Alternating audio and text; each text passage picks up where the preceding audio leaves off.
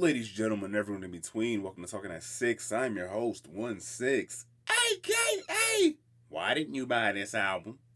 AKA, chewing MC like El Chupa Libre, AKA, head on straight, mask on crooked, AKA, order a rapper for lunch, spit out the chain, AKA, I am Sofa King, AKA, Danger with a vest screaming shoot the DJ, AKA, he made mincemeat out of that beat mouse, AKA, we all the same, no calling names, AKA, any given second he can go mad postal, AKA, the robotic hymn of doom, AKA, a rap god from beyond the moon, AKA, all caps when you spell the man name. In today's episode, I'll be discussing / reviewing / just generally reminiscing about the album The Mouse and the Mask by the legendary duo Danger Doom, which consists of rapper MF Doom and producer Danger Mouse. Now, for those of you unfamiliar, MF Doom can be most accurately credited as your favorite rapper's favorite rapper, in the sense of he is, like, honestly, most rappers know him. He's extremely underground, yet incredibly well known, yet never really got like mainstream success, but also he is like referenced / name drop / just like known by almost all mainstream rappers. All like big name rappers can reference this man. They know him. Like he's like extremely close knit with Wu-Tang, with like just pretty much almost everyone in rapping, like just legend, like Odd Future, like Tyler the Creator. Like there's videos online of like Tyler and Earl. Like there's a video of Tyler and Earl meeting him and like just fanning out, like not no disrespect to Tyler and Earl, but like yeah, like they're super geeked up, which I don't blame him. Like dude, the dude's like a legend. He's dope as fuck. Like he just does all this awesome shit and like somehow maintains a normal life because no one really knows anything about his personal life because he kept it so well wrapped up, like kept it so well in the rap. He's so like good at keeping his privacy that like most people don't actually know anything about him. Like you know of his music, but you don't really know anything outside of that. Like you know what he wants you to know. Like dude's so awesome. Like rest in peace, man. The man passed in 2020. He passed in October. I think it was on Halloween 2020. No one found out until New Year's Eve.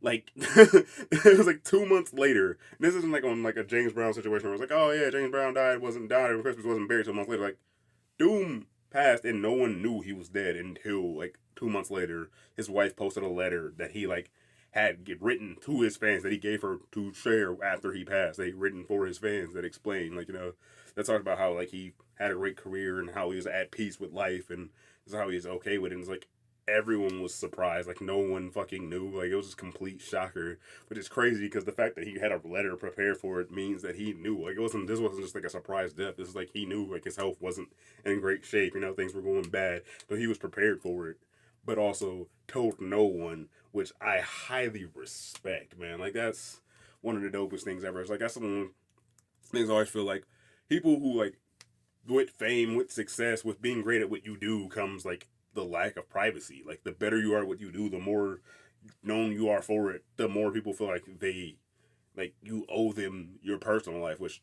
you don't. Like that's bullshit. Like you don't need to be in this person's everyday life. You don't even know everything about them. You don't need to have to be there for every moment. You don't own that right. You don't get that by just being a fan of them. You know. Fuck. It was addressed on one of the Slaughterhouse songs. I want to say it was on the house mixtape. I think it was Truth or Truth. Or something like that. It's one of those songs where I think it was Joel. I can't remember who said it. But I think it was Joel Ortiz. Either Joel Ortiz or Joe Budden is one of the Joeys who said it. Like fans think like just because like you get access to the 24-hour person's like life, every aspect of their life just by buying the album, just by supporting them. It's like, nah, dog, you bought the music, you didn't buy me. You know what I mean? Like I'm a separate person to the music. I'm not gonna get into the whole like, oh, I'm gonna get into the deepest. I don't really want to with this one, but like the whole cancer culture thing of like, oh, this artist sucks, so now we can't listen to that music. Like, no. That music is still good. Those songs are still good. That music is still of the quality it always was. That person's terrible. Like you gotta learn to separate the person from the art. And I know it sounds kind of hypocritical when I'm saying like, yo, like, R. Kelly did horrible shit. Fuck R. Kelly, but the songs he made are still dope. Like, yeah, sure, it's hard to listen to some of them, like, knowing what, getting more content on some hard to listen to. It's like Michael Jackson. Michael Jackson made Thriller. Thriller's great. So you tell me we hate Thriller now? It's like, how Michael Jackson canceled. Michael Jackson did horrible shit. So we can't like Thriller now? So no one's gonna like Thriller now? Everyone hates Thriller now? That's complete bullshit, because that album's still dope. Michael Jackson still has fucking hits, dog. He's still big. Also, the man's dead. Like, oh, we didn't cancel Michael Jackson. What does canceling Michael Jackson do? What does not listen to Michael Jackson music anymore do? Like, it doesn't, it'll show him, it'll show the corpse? Like, you're taking a stand against the corpse. Like, it's the same thing. People are like, we gotta cancel John Wayne. He was horribly racist. John Wayne was racist when he was alive. People knew he was racist when he was alive. That shit wasn't hidden. But suddenly, he's dead. You find out, now we can cancel John Wayne. He's dead. John Wayne's dead. No one gives a fuck about John Wayne. John Wayne hasn't been relevant for fucking decades. But now suddenly he's like, this wave of like, we found the truth. We found out he actually was racist. Like, yeah, dog. Public Enemy said that shit so long ago. They even called out Elvis too. We ain't done shit about Elvis, nigga. Elvis was fucking weird too. But yeah, fucking Public Enemy said, what was it? Elvis was a hero to some, but he wasn't shit to me. Man, fuck him and John Wayne. John Wayne was a fucking racist when he was alive. He was a piece of shit the whole time, but now that he's dead, suddenly he's like, okay, yeah, we confirmed he's a racist. He's dead. Not at fucking, like, stop. Cancel culture has its time and its places. I'm not saying it's all wrong, but also, stop canceling dead people, man. That shit don't do shit, alright? It's like, we're gonna cancel this guy. He's dead. Like, it doesn't matter if you like his shit or not. He's fucking dead. Whether you buy his music, whether you don't buy his music, it doesn't benefit him. He's in the fucking ground. He's a corpse. You're not supporting a corpse. It's like, his family makes music. Okay, but you're mad at him. Are you mad at his family too? Because that money, at this point, the money supports his family. So by not supporting him, you're not supporting his family, but you're not supporting his family for the things he did, because he did horrible shit, so they should suffer for it? That don't make sense.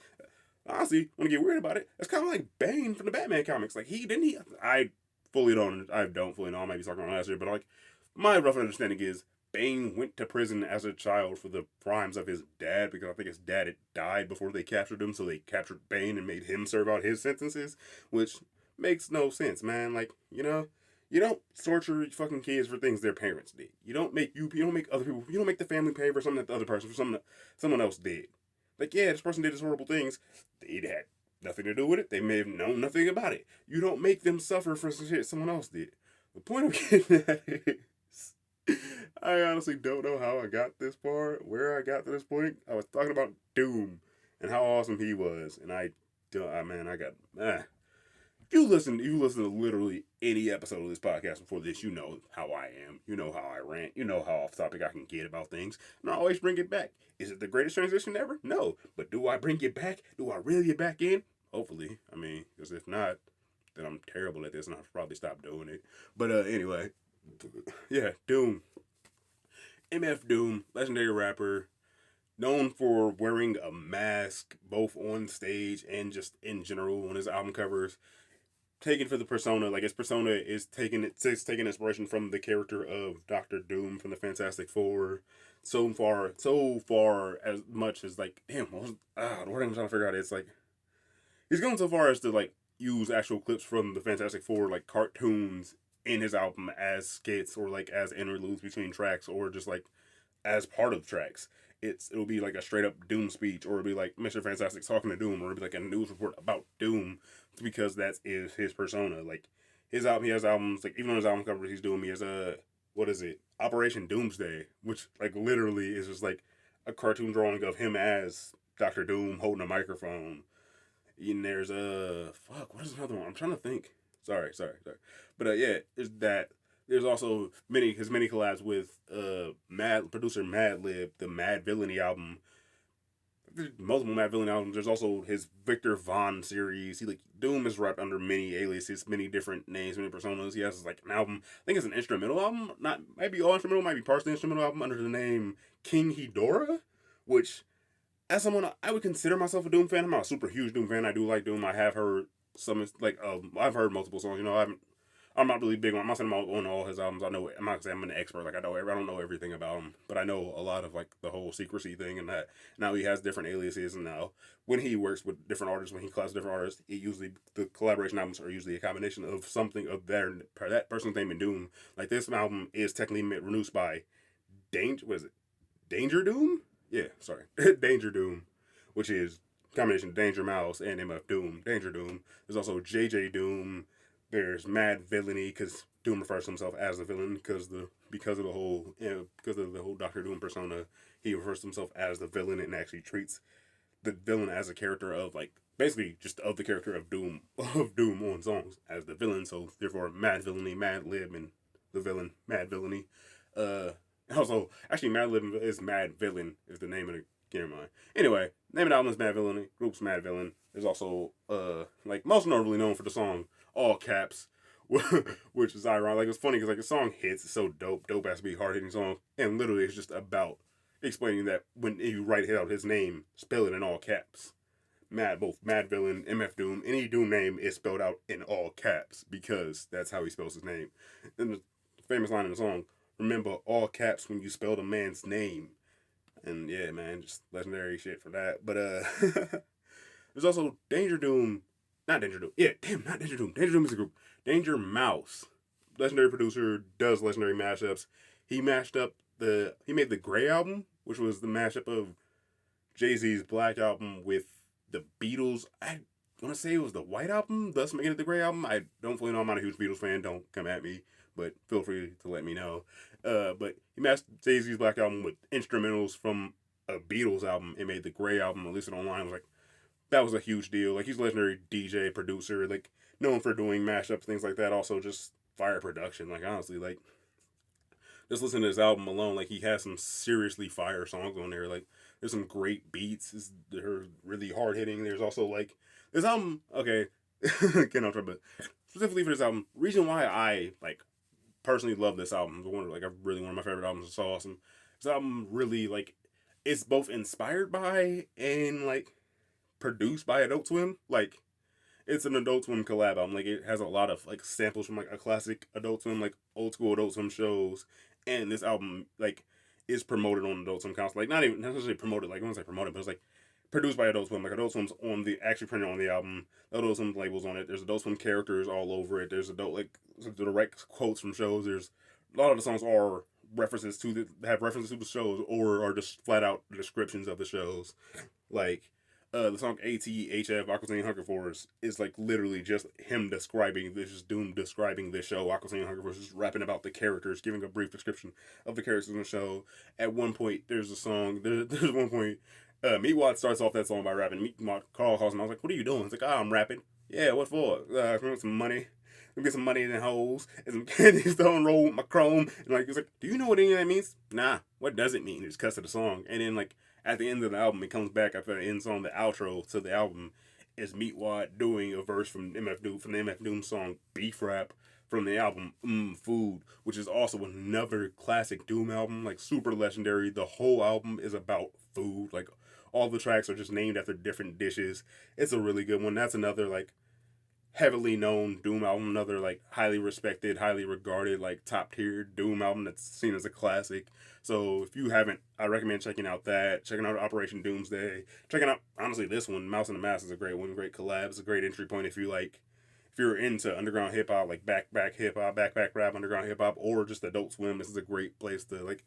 Great way to get into Doom or just, sound to check out. It's great merging of the two sounds, a great merging of the two things coming together. Also, another major part of this album is phone calls, like voicemails left by Master Shake to Danger Doom. It's like, Danger Doom, this is Master Shake. It's like, it's Shake calling about hearing about the album being made, realizing they didn't contact him to be on it. So it's him calling them, trying to, hey, I heard you contacted some other people and you didn't come to me, which is kind of a mistake because, my rapping, I'm dope. My rapping's great. I just don't give it out for free, though. So, feel free to call me. And it's just like multiple skits, like multiple songs on the album have just Shake calling in. It's like, hey, you haven't called. Why haven't you called me? Like, blah, blah, blah. You should call me. Thought we were friends. I'm great. Why aren't you calling? it's like he like keeps bothering him. He's like, when we apologize, sorry. I just love you so much. Thank you so much. Think you're so awesome. I just really think we should work together. I'm sorry for what I said.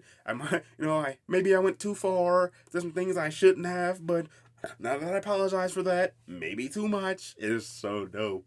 And then at the end of the last song, he's like, hey, shithead, I just heard it's all done now. And he just goes off and he rips him apart. Like, he just goes at Danger Doom so hard for not putting him on the album. He's just like, you suck, your music sucks, and I hate your sucky, stupid metal face. Like, I hope you burn. It just goes, Shake just goes in so hard. He just rips him apart, like, so mad about it. You suck! But, now that I said that, hopefully they like still like try to plug in. Like, maybe we can work together again in the future. And it's so stupid. And it's like, it seems like, man, first off, why would Shake? You don't burn bridges. And it's just hilarious. Classic Master Shake. Those of you unfamiliar with the show, Aquazine Hunger Force, Master Shake is a character. He's a sentient milkshake with like, and he's basically just a giant jerk. Like, he's just a massive a-hole, like super delusional. Think he's awesome, but he's like sucks at everything, but also thinks everyone else is wrong. He's like super like does things his own way. You know, if you don't like it, get out of the way kind of guy. And he's like, he's not, you're not supposed to like him. He's not a character. He's not supposed to be a likable character. But he's funny. Like, he's comedic relief in the sense of he's so terrible and so unlikable that it makes him funny, but also not, you know, clearly you wouldn't trust the guy. But yeah. But also, like, him ripping out Doom's like, dude, first off, you never get your album out. Of course not going to put out. Second off, really? You really think this is going to be a second album? Just going to be a follow to this? Which there was, actually. There's an EP called Occult Him, which is the second Danger Doom release. Similar concept. It's mostly remixes from songs from this album with a couple new skits and a couple new songs. But, like, it was not really a full length. It was like a 5 or 6 track EP. I don't know. I honestly didn't hear it. It was forever. Like, I heard about this album, knew about this album for years before I ever heard about that. And it came out the next year. This came out in, 2005, I want to say? And that came out in 2006. And, yeah, you know, but honestly, it's just, like, there's a lot of, like, you actually find this online where it's, like, the Mouse and the Mask mixed with Occult Him, just the Occult Him tracks tacked onto the end as one big album because it wasn't that big. There's not that much difference between them. There's, like, it's not that big a thing to call it a separate release. But also, like, you can tell by the thumbnail of this video, you can see it in the thumbnail of this video, this album has a dope cover. Like, it's the MF Doom mask. Like, the metal mask that's on the Mouse's face is MF Doom's mask. Like, it's the mask Doom wears when he's on stage performing. It's what he wears in interviews. It's really awesome. But that on top of the Mouse logo, it's just a sick-ass logo. Like, it's so dope. It's so great, man. It's so awesome. But yeah, like, MF Doom literally wears that mask in interviews. And, like, when he's doing live performances and when he's on stage, he's rapping wearing that. Like, that's what he's known as. So it's so rare that people have seen. I don't think he's ever been seen since wearing the mask. He's never been seen. I don't think he's ever been seen out without that mask on in public. But also, you can look up, like, people have done it and people get offended by it. It's like, don't post pictures of him without the mask. He wants to wear the mask. But, like, before he was MF Doom, he was Zev Love X. And he was in a rap group before that albums, and it's a known fact. He doesn't, like, you know, try to hide that. It's a known fact. So you can see pictures of him without the mask before the Doom era, before he wore the mask. There's pictures of him, there's evidence of him, what he looks like without the mask. And, like, people find that and get offended. People usually get offended that other people's like, other people, why would you do that? The man wears a mask for a reason, secrecy, blah, blah, blah. But it's like, dude, that shit exists. Like, if he wanted, he could put in an effort to stop that thing. So it's not that big a deal. But, like, yeah, you know, if you are curious, which, who's not? Let's be real. Someone wears a mask, you're curious to see what's under the mask. I mean, look at Rey Mysterio. Let's be honest. You think no one's ever tried to see what's under Rey's mask? Come on now. That's part of the game. It's part of wearing a mask. Part of being that. I'm not saying, like, hunt the man down. Well, you can't. He's dead. But I'm also not saying, like, you should hunt people down wearing a mask because they don't deserve the privacy. It's just, like, you know, there's the curiosity, but there's also a limit to what there's an acceptable limit what you should and shouldn't do. But also, like, yeah, if the information's out there, why not? You know. But man, that was honestly probably top 5 weirdest tangents. Not these related tangents, because I've had some really crazy out there tangents that weren't even remotely related to the topic. That one is more off the wall in the sense of, I don't know. Maybe the one before that was more. I really don't know. But quick rundown of the track list. So our first song is El Chupa Libre, which is a reference to Futurama, the episode of Futurama where they go and where Bender flushes Nibbler down the toilet and they go into the sewers to find him. And the sewer mutants are all afraid of the giant crocodile. Wait. Yeah. They're afraid of the giant monster El Chupa Libre, who will eat you and your fully grown alligator. Crocodile. Whatever. Like the whole running joke of, like, people buy alligators. I heard people think you flush alligators down the toilet. Buy baby alligators when they get too big, they flush them down the toilet. It's like they go live in the sewers. Like, no, that's not true. Then what are those? crocodiles. So alligators won't live in the sewer, but crocodiles will. Anyway, the title of the song is reference to El Chupa Libre. It's mostly just about, the track itself is mostly just about Doom being a dope rapper. He's like, to an MC like El Chupa Libre, digest the group and sell the poop on eBay. And it's just more just like how Danger and Doom are just awesome. Danger Doom as a whole, as a character, awesome. Just dope MC, ripping everything, destroying everything. Dope beat. It's awesome. That also has the ending of that song also has the first shake call. There's track Sofa King, which is a reference to the joke I am Sofa King, that old joke. But it also starts with the skit from Aqua Teen Hunger Force episode where Billy Witch Doctor had them say that phrase. He's like, repeat that to me. I am Sofa King. And you're just, Doom comes in, goes off, just goes in, rips his fucking flow, massive crazy flow, dope beat, great production. And then once again, it brings it back to Aqua Teen Hunger Force reference at the end, where it's the whole full Sofa King bit, where the characters are saying it, and they were like, oh, not so fast, loses meaning. I am Sofa King retard Ed. Ha ha ha. You said funny thing. But also, another dope part of that is like Doom's final line is that he's like, what is it? Flyman go for bling, he got bled. I gem over sting, C-spots red. I am Sofa King, retard Ed. And it got like the retard Ed cuts back into the Aqua Teen characters. It's so dope. That one's honestly one of my favorite songs. Like that gets stuck in my head constantly. I quote that a lot. Then there's the song The Mask, which starts off with this jingle. I don't know what this is from. It sounds like it's from like a Scooby-Doo or like a Saturday morning cartoon. I'm not fully aware, I'm not gonna I know every reference to this thing, but is it much to ask not to hide behind the mask? It's so good. That song also features a Ghostface Killer, because Doom and Ghostface Killer work together a lot. They have a lot of collab. Doom is close with Wu-Tang. And Ghostface Killer comes in and just kills that one, man. Like, he goes in so hard on that song. Like, it's like, it's like Doom does his thing, all his thing. But Ghostface Killer, honestly, it's a close one, man. That one's hard to call. Then there's the song Perfect Hair, based on from the show Perfect Hair Forever, which, honestly, I had to look that up before doing this, because I didn't know. I knew it was a reference, but I didn't get what it was a reference to. I've never seen the show Perfect Hair Forever. Like, I've seen a lot of Adult Swim stuff. I like Adult Swim, but I will admit to not watching everything. Some of the shows are kind of weird for me, They're just not necessarily my sense of humor. I don't really like. Probably get flack for this one, honestly, but I'm not a huge fan of Tim and Eric. Like, I don't really like cringe humor a lot, and like Tim and Eric's kind of cringy, and I'm not really a big fan of that, Like, I'm not saying don't watch it, but I personally don't watch it. Nothing against it.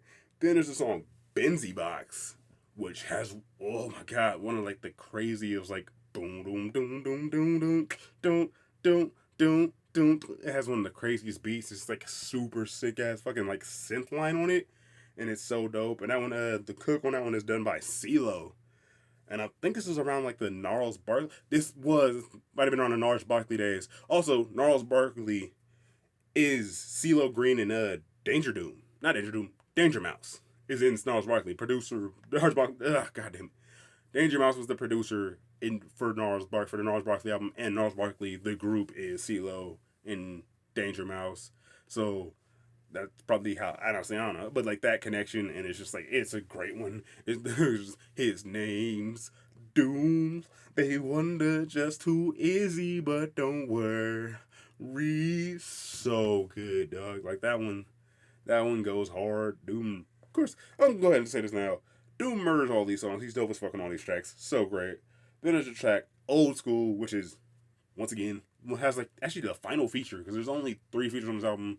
The features are Ghostface Killer, CeeLo, and then on this one, Talib Kweli, which this whole song is about like just old school TV shows and just watching like Scooby-Doo and like old talk shows and like, the stuff they used to watch when they were younger. And that one was dope. Then there's ATHF, aka Aqua Teen Hunger Force, which I already touched on a little bit, but like he goes through the show and breaks down each character. He references Carl, Meatwad, Frylock, Shake, all the characters, which is crazy because like out of the Aqua Teen Hunger Force like main cast of, well, the main 3 and then Carl, everyone's on it except for Frylock. Like Frylock is nowhere on this album, but Meatwad's on it, Carl's on it, Shake's on it. The Moonanites are on it. And I want to say his name is Ignagnum. Not really sure how to pronounce that. I think that's Ignagnum, but yeah, they're on it, and they make a reference on a later song. They make an appearance on a later song, and it's dope. Then there's the song Basket Case, which is basically it's about Doom getting locked up, being in a mental asylum, like about the character being in a mental asylum, and like, but the whole thing is like a reference to the show Harvey Berman, Attorney at Law, and like features multiple like skits, I want to say, I guess, from the show, like multiple like dialogue, multiple pieces of dialogue from the show, like a different skits from the show, and it's like references to the episode, but it's like Harvey Birdman talking like in court and just defending like his clients. And those of you unaware, the show Harvey Birdman, Attorney at Law, was essentially the superhero Birdman is now a lawyer, and like he defends like Hanna-Barbera characters in court. Like, I didn't really watch a lot of it, but a couple episodes I've seen, there was one where he defends like Fred Flintstone, and mentioning how like when Fred gets hit on the head, he thinks he becomes a completely different character, split personality disorders, like think he's a completely different person. There's one where Shaggy and Scooby are on, and like they're getting arrested from like running from a cop or something. They're like running from a cop, and the cop thought they were like high, and it's like, oh yeah, and the rest of the Scooby gang is like, no, they're not high, they're just stupid. Like, this is how they are all the time. They're just idiots. And that was pretty awesome. Let's see.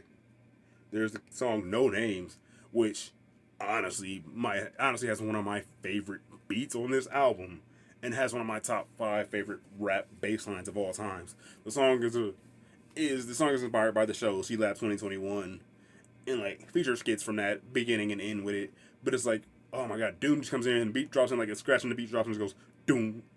I can't even do it justice, man. Like, you gotta look it up for yourself.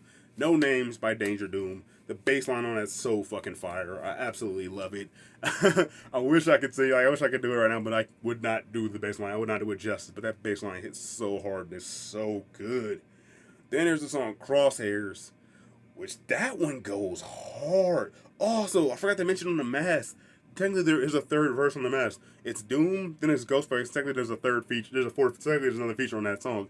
It's Brack from Space Coast to Coast, and then his own show, The Brack Show. But Brack comes in and raps about how he wears a mask. But come on, Danger Doom, give me the beat.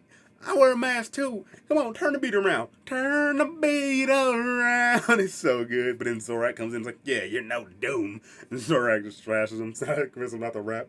But then the song Crosshairs, Born in Chair, what is it? I forgot how it ends. But it's so good. Like, it's like a slower beat, more deliberate, like more piano heavy, like almost somber. And then it ends with like from the Brack show, Brack's neighbor Thundercleese is like this giant robot, almost like a transformer, like Deathbot, who's singing in this like auto-tune pitchy robot voice, like so dope. And Brack goes, "What's that you singing, Mr. Thundercleese?" It is the robotic hymn of Doom, which is like classic example of how Doom samples would be on like the Doom solo albums of just like from Fantastic Four. It's like, oh, I'm tired of you, Doom, and like it would cut to a song like, it's so great. But dude, it's just a robotic hymn of Doom. Honestly, I say it a lot. I love this album. I say a lot of these songs, but that one's honestly one of my favorites. That one's definitely like top 5 on this album. Crosshairs, definitely recommend checking that one out.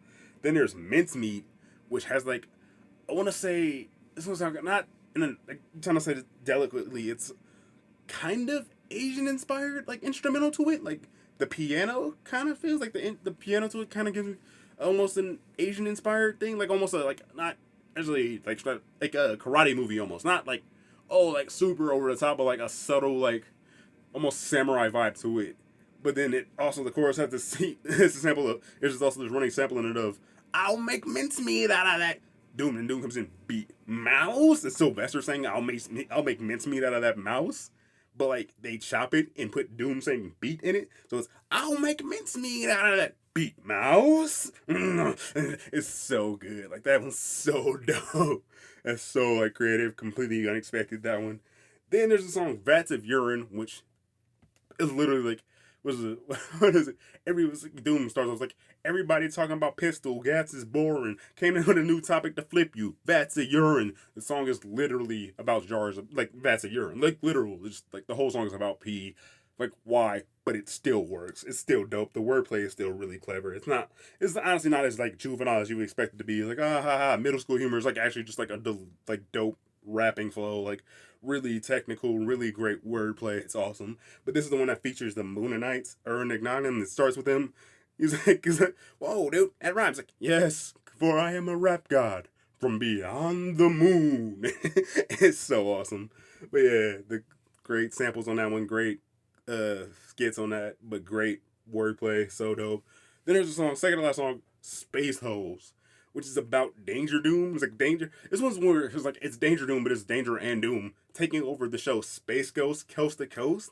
It's like it starts with like space, like literally they got the actual voice actor for Space Ghost to come in and record new dialogues. It's like he's like I finally got rid of those two evil maniacs that were trying to ruin my show, and now I got two evil guests that are trying to ruin my show. It's like Danger Mouse and MF Doom go on Space Ghost Coast to Coast and try to take over the show and make it Doom's show.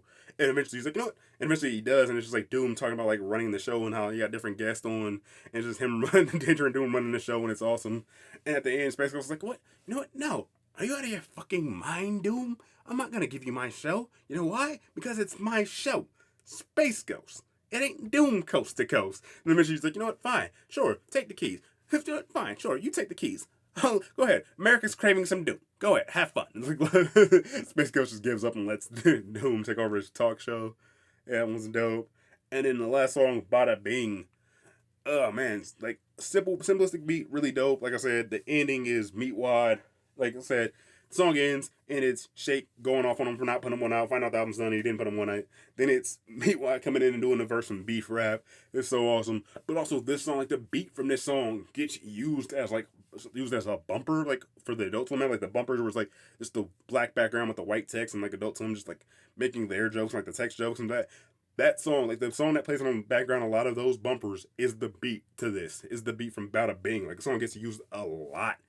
And like just Adult Swim's content in general. Also, like Adult Swim and Doom just have like a great working relationship, I guess, because like he came through and like hosted one of their Christmas specials before. Like Doom was just like live action skits with Doom sitting in a chair by a fireplace drinking eggnog, talking about like Christmas and shit for Adult Swim. Like I don't know what it is, but Adult Swim has a great connection. Also, one of the producers from Adult Swim is actually what brought Run the Jewels together. He talked to Killer Mike about like basically I don't know how like Killer Mike does a great job explaining, but basically the album R.A.P. Music by Killer Mike that was entirely produced by LP, producer from Adult Swim, got Killer Mike, pulled some strings, got Killer Mike to make the album, and then like before Killer Mike was like, you can do whatever you want, but check out this guy first. Introduce Killer Mike to LP. He's like, yo, looks like this guy. You know, if you don't like it, you don't gotta work with him, but like just check out this guy first before you do the album.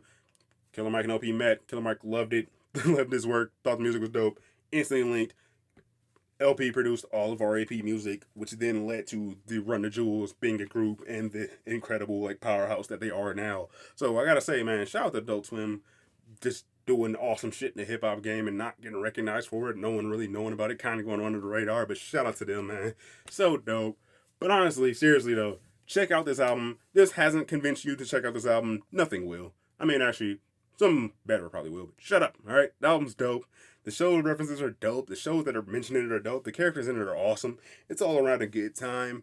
I highly recommend checking it out. It's only like 30 minutes, so, you know, wouldn't kill that much time. You can throw this on at work, you know, just zone out for a little bit, help you get through your day. Highly recommend doing it. It's great. I love it. Still one of my favorites to this day. It came out in 2005, and I still bump it, man. It's so dope. Also, rest in peace to Doom, man. Great hero, man. Great legend, you know. Great rapper, man. Not really, I guess, can't call him a hero. The man was a villain. Like, literally, the man was the villain. But, yeah, man. Rest in peace to the villain. And, I just want to say thanks for checking out this episode. And leave you with this, man. I might not be the greatest. I might not be shit. But I will always talk that six. Peace.